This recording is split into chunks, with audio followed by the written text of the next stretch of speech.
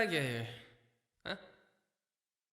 Hello and welcome back to How Did I Get Here? With me, Alexa. And Jae. Good job. Yes, this is the podcast where we live our best lives on the internet and come out on the other side knowing more but not feeling all that much smarter. Okay, subscribe to our podcast on Spotify or Apple Podcasts and leave a review. Check out youtube.com/dipods for our full episodes. Our topic of the day, where do superstitions come from? Very superstitious. Writings on the wall. Yes. Do you believe in superstition? Some, yeah. Which one do you believe in? Walking under ladders. But then again, I Why? don't like walking under things in general. That's the thing. Like, especially if there's always construction going on in Korea, and I hate walking under like where people like working on buildings or there's cranes. Like, it's safe. People do walk under, but I go out of my way to go around. I don't like it. That sounds like, honestly, those kinds of superstitions sound like such parenting techniques to me. Like, I feel like they just were manifested by parents not wanting their kids to open wet umbrellas indoors and not wanting them to walk under ladders and not wanting them to break mirrors. I don't know where the black cat one came from. That was a strange one. I love black cats, actually. Dude, cats are so cute. I want a cat. Oh, you know what's up? And like the whole like Friday the 13th. I have great luck on Friday the 13th. Can't lie. It's kind of weird. I love Friday the 13th. You just like No. spooky things? Yeah. Why? Because it adds fun to life, and it's this something. Wait, there's an adage for that. Something Is it the spice specifically of life. film? Film, books. Yeah, like when I'm not even joking. I was the only person like in school. I don't say this to people like I was so quirky, not like the other girls. But like when everybody else was reading Twilight, I was reading like Carrie and Pet Sematary by Stephen King. Oh, Stephen King is great. I But was reading love Stephen Twilight. King. You missed out.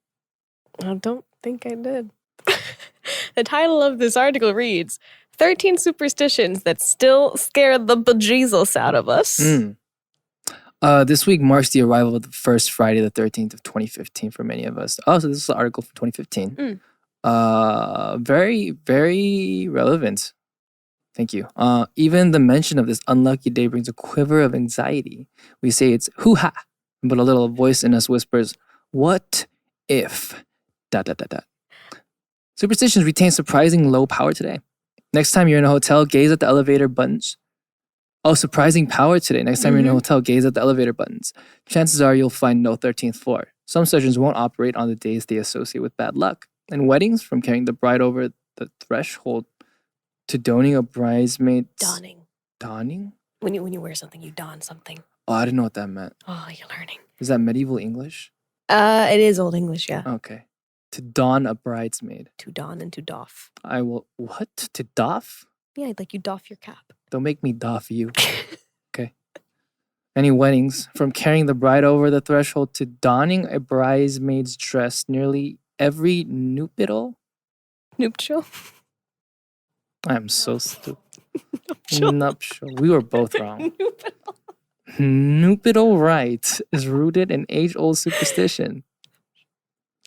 Superstitions are more persistent irrationally. Wait, what? Oh, superstitions are more than persistent in irrationality. Wait, how does that make sense? Superstitions are more than persistent? If people think it's just persistent irrationality, superstitions are more than that. Thank you. You're Thank you. welcome. English hard. They connect us to our ancient ancestors and traditions. Here are history's 13 most endearing superstitions. Their origins may surprise you. Number 1, breaking a mirror. We Ben knew, but this says the ancient Romans believed that human life renewed itself in 7-year cycles. Oh, true, actually. That's a fun scientific fact. Your cells all rejuvenate themselves every 7 years. Anyways, mirroring the cycles of the moon. Because a reflection was considered someone's magical likeness or soul, it followed that if the reflected image got shattered, so did the next 7 years of that person's health. Mirrors inspire a wide range of superstitions. Victorian parents feared exposing infants to mirrors, believing that a mirror could trap their reflection and stunt their growth, or worse still, kill them by imprisoning their innocent souls. Even today, traditional Jewish families cover mirrors after the death of a loved one so as to not risk the departed soul wandering into the reflection and getting lost on its way to eternity. That's so interesting. I've heard some of these before, actually.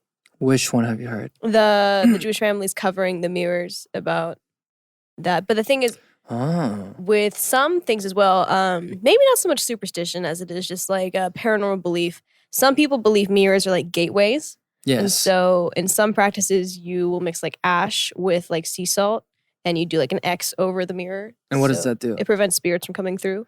Oh, are you into like that whole spirit genre thing? Interesting. Have you ever tried Bloody Mary?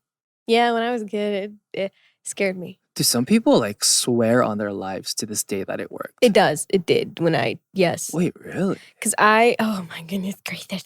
Well, I think I was like close to being 10 or something. I don't remember. I was in elementary school still. My friend brought me to the bathroom, was like, hey, let's do Bloody Mary. And I was like, I don't want to. But she said, let's do it. So I was like, okay. So we started saying it. And I cannot joke. This is not a figment of my young imagination.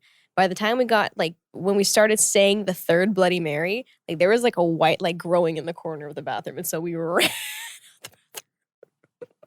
Diane don't believe you, but I do. I believe you. Dude, ghosts are real. Ghosts are spooky and ghosts are real. I mean, I don't think all ghosts are evil, but true, there's ghosts are spirits, right? But ghosts are real and they freak me out. I'm more scared of ghosts than like home invasions. Yeah. Are you the type? Because I feel like there's two types of people. There are people that's scared of people and there are people that are scared of ghosts. Anyway, the second one is knock on wood. Knocking on wood for good luck is one of history's most endearing superstitions. It comes from thousands of years of mythology, folklore, and religious belief that trees were sacred. True. Ancient people from... It's either Chaldea or Chaldea, I don't know. Chaldea. To Sumatra. To the British Isles. Believe that trees house gods and nature spirits who control the seasons. People would seek favors by laying their hands on the trunk of a sacred tree. Yet many cultures also believe that evil spirits lurked in wood.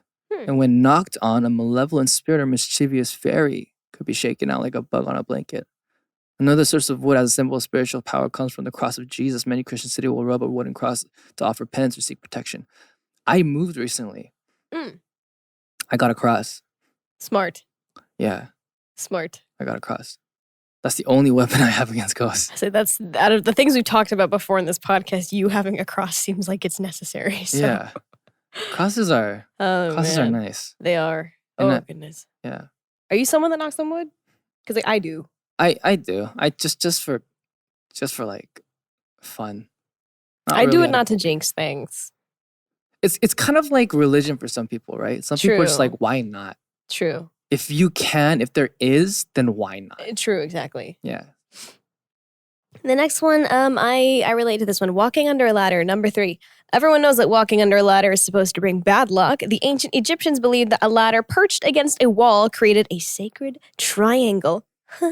And to walk beneath it disrupted its spiritual energies.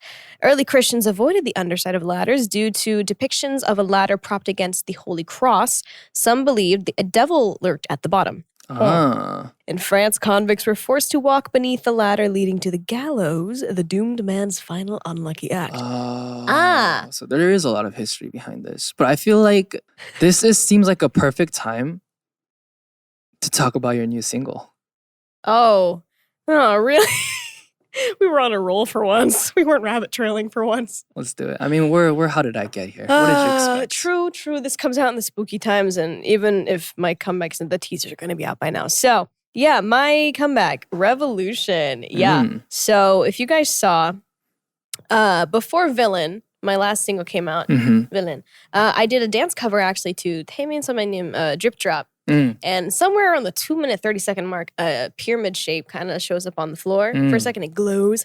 It shows up again in the middle of the Villain music video. And at the very end, you see this cyberkinetic-looking pyramid thing floating outside of the warehouse that I'm in. This will all come into play eventually, and the storyline will unfold eventually. It's just very complicated to try to compress into a little bit of conversation. But yeah, comeback. This should be wrapping up the whole storyline in the AleXa universe. Ooh. So I hope you guys anticipate that, because some people are confused, some people are not, and I am one of the confused ones. Is this the end of the first book of AleXa? That's a fantastic question that I don't know the answer to. It should be. Should be. But I mean, it could always not. It can always change. You never know. In the wise words of JYP, they think we know, but we actually never know. JYP. Okay. The fourth one is spilling salt. For thousands of years, salt has been an object of magic and superstition. In the ancient world, salt was a preservative for food and for mummification. Yeah, it was a preservative, giving it a connection to the immortality. In the European Middle Ages, village dwellers left a line of salt outside their doors, believing that witches would be compelled to count every grain before entering. Of course, the ultimate bad luck is to spill your salt. Leonardo da Vinci's painting of the Last Supper shows Judas knocking over the salt, the harbinger of his betrayal. To uncross yourself from spilling the salt, you must toss a pinch over your left shoulder, blinding the demon waiting behind you. Did you know about this one? I didn't know spilling salt was a thing. Yeah, no, that's supposedly bad luck, and the whole tossing it over the shoulder too. People don't always realize that. Some people think, oh, you have to like spill pepper as well. But I've heard both, where you have to either spill pepper as well if there's pepper on the table, or you have to throw a pinch over your left shoulder. And I do these things. Like just like this? Yeah. Your mom's never yelled at you for that? No. Opening an umbrella indoors. Here we go. Dozens of superstitions surround the ordinary umbrella, both indoors and out. As with many modern conveniences, the umbrella was once a rare luxury owned by royalty from Persia to ancient China. They didn't use it to block the rain, but as protection from the sun's rays. Exactly. Which some believe contain invasive spirits. Many people still shudder at opening an umbrella indoors. Some believe that bad juju is expelled when an umbrella springs open inside a room. But this taboo has a more practical origin. The first rain umbrellas were very large and tightly sprung. To release such a contraption indoors could cause very real bad luck. Think of all the Victorian lamps, vases, baubles that met a sudden end thanks to the reckless opening of a high-tension umbrella. Oh, so it was like a shoot. It was like a... It was like a... It would just break everything. Okay, that makes sense. These all sound like they would have been like child fairy tales, like the tooth fairy or like the thing under your bed. So don't get out of bed and go to freaking sleep so your parents can get some rest type vibes. But I guess they all do originate and have stems. I guess so. Let's see. Other ones include things like jumping the broom, rabbit's foot, horseshoes, wrong side of the bed. These are all super popular ones. Wearing black while mourning, black cats. Is there anything you want to touch on here? Let's do black cats and let's finish it it. up. All right, so black cats has always been something that's been interesting to me. A love affair with cats began in ancient Egypt. The Egyptians considered cats sacred to the gods and on a more practical level as the perfect solution to keeping rats and mice out of grain supplies. Yet our relations to felines took a different turn during the European witch craze. Between the 11th and 14th century, Europe's population exploded with cats no exception. The animals were overrunning the continent were widely seen as pests.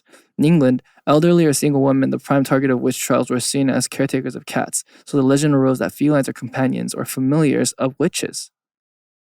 What about the black cat? Another English tradition holds that Satan was thrown out of heaven into a blackberry bush, giving us malevolent association with the color black.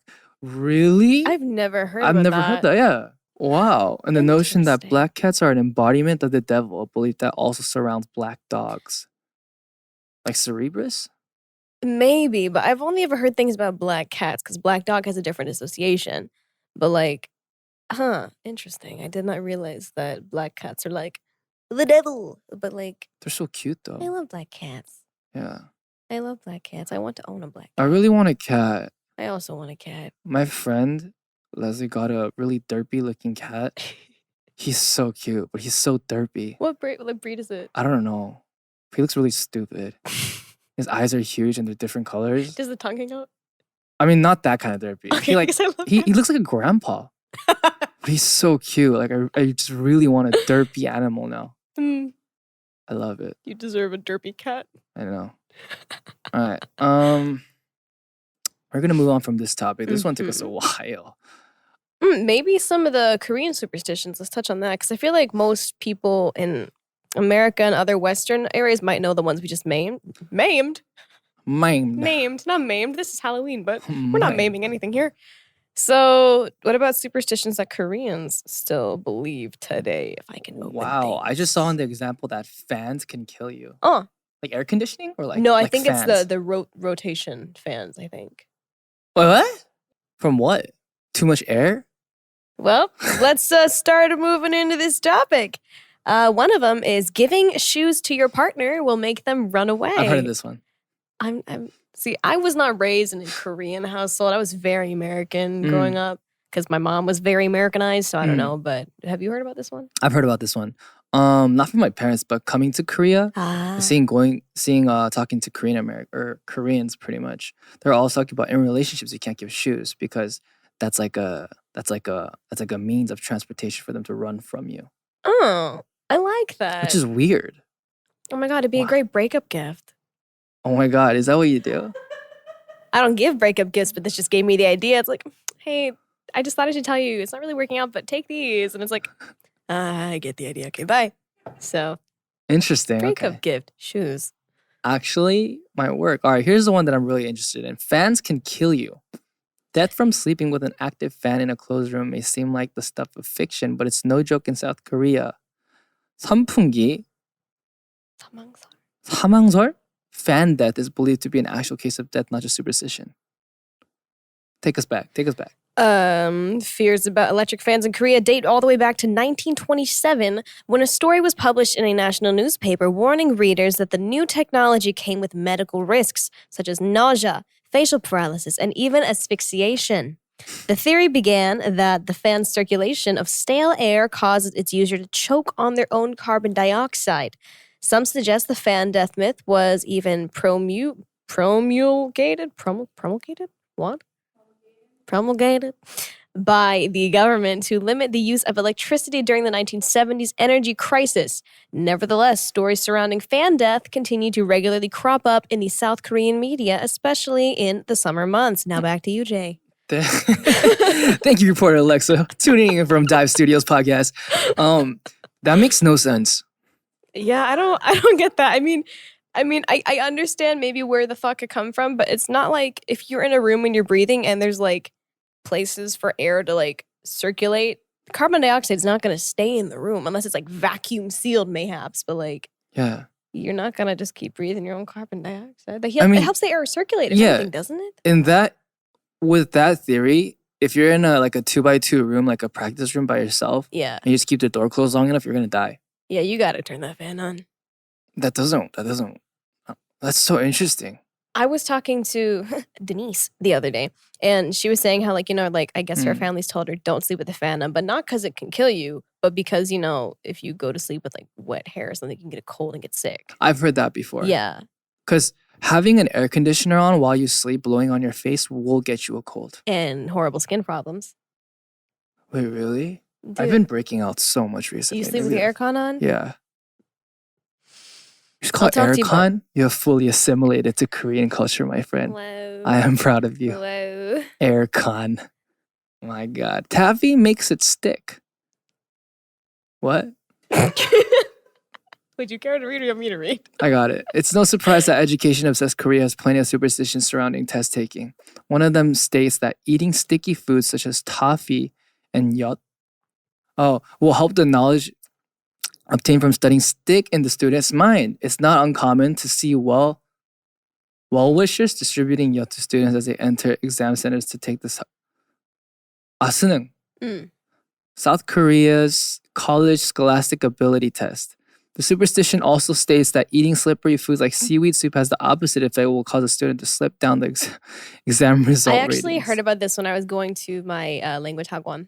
They talked about this. What? Yeah, you should not ever eat miyeokguk, like seaweed soup, before you take a test because there's a chance, 떨어질 수 있어. You don't want to fail the test and yeah. But I've heard about the taffy thing. It's supposed to help you stick those answers. Here are proven things that actually help you and not superstition. Chewing gum while studying and chewing gum while taking the test. True. Help. Muscle memory. Muscle memory, exactly. Muscle memory. That's the only one I know. Do you know any? And then if you're not a gum chewer, also eating mints while taking a test. Mint stimulates brain activity. So that works. Also, fun fact, if you're doing dissections in school, eat a mint because it'll help with the smell, not invading the nasal cavities. Writing names in red ink is a death threat. In the Mhm. past, red ink was used to write the names of the deceased on the family register. Therefore, writing someone's name in red ink meant they had either passed away or if they're still living, you are wishing harm or death upon them. While it's no longer the case, many Koreans still consider it very rude to write someone's name in red ink. I've heard this one. Same. I've also heard this one. I've heard this one in America too, though. Oh, really? Yeah. I never heard it in America. Like, you don't write someone's name in red. I mean, It's just weird.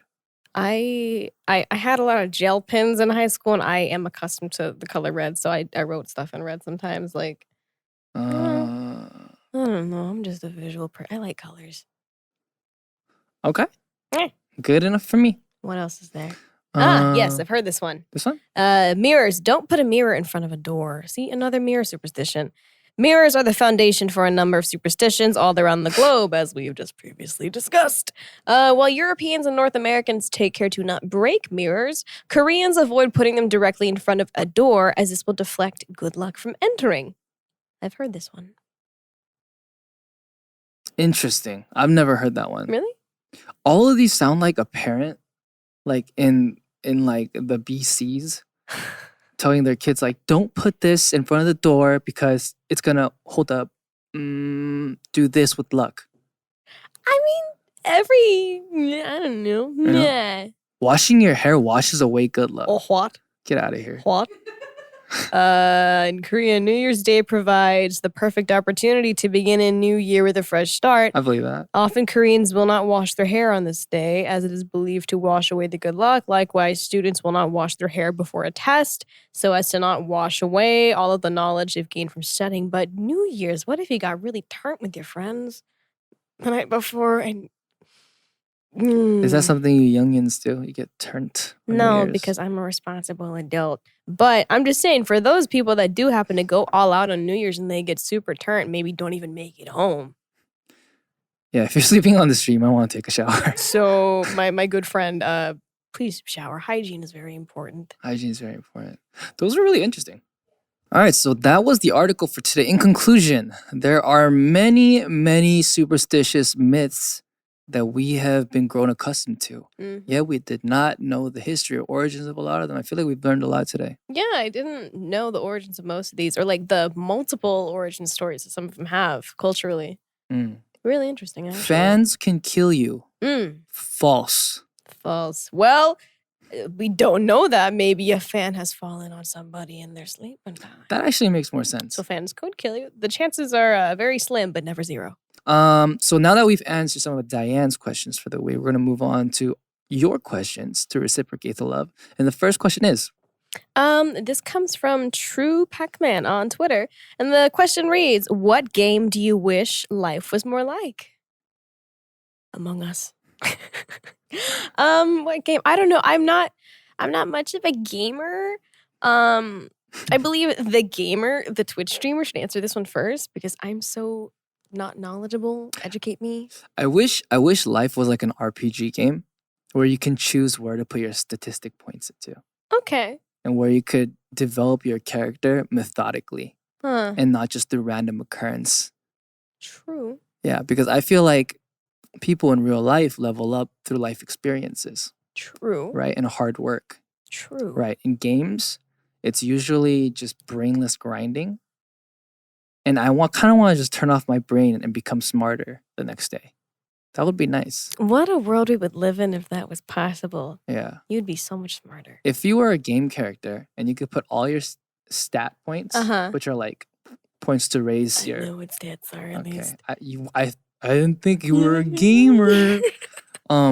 What stat would you put all your points into? There's strength, dexterity, vitality, intelligence. I'd say probably stamina? Stamina. Yeah, because whether or not I'm good at fighting, if my stamina is high enough to distract something so my team members or whatever could get away or whatever, that's what counts. You're the tank. That's what we call you. That's what your role is. It's me, the tank. Yeah. You take all the damage for the team while the team dishes the damage. I do that in real life too, so I mean, what's different? Wow. Life hard. Life hard. Life hard. I will say though, on the topic of spooky things while it's spooky season, Yeah. if this game were to be life, like I really hope it isn't, let's say the zombie apocalypse comes. I really hope Left 4 Dead is not what it's like, because those are not fun. Left 4 Dead, like the zombies are too smart. Exactly. They're too fast and too smart. Exactly. And there's different breeds. They're not just dead humans. There's different breeds of zombies, and I don't like that. I could totally see that happening though, like mutation. Viruses mutate.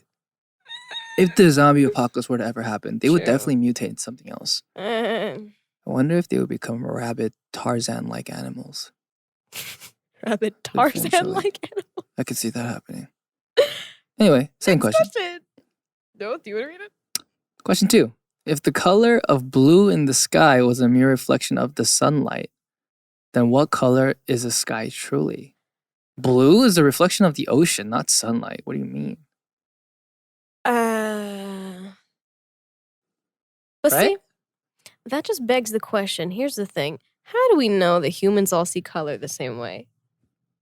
That's an interesting one. Because what's purple to me could be purple to you, but it could look like red for you, but you still call it purple. True. Huh. So True. what is the color of this guy? True. That's a very how did I get here-esque question. Just a thought to contribute I'm to the proud of conversation. you. Thank you. I'm proud of you. I've learned well. Welcome.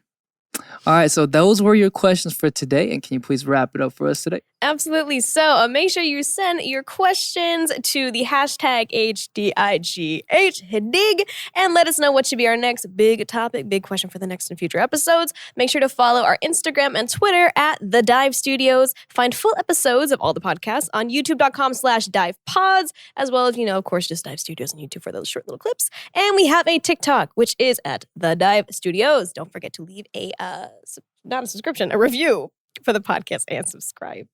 Yep, that was the podcast for today. We will see you guys next time. Goodbye. Ladies and gentlemen, did you enjoy that episode? If you did, you can always listen to the full episodes on Spotify or Apple Podcasts. And also, do not forget to subscribe and follow this channel. Also, turn on notifications.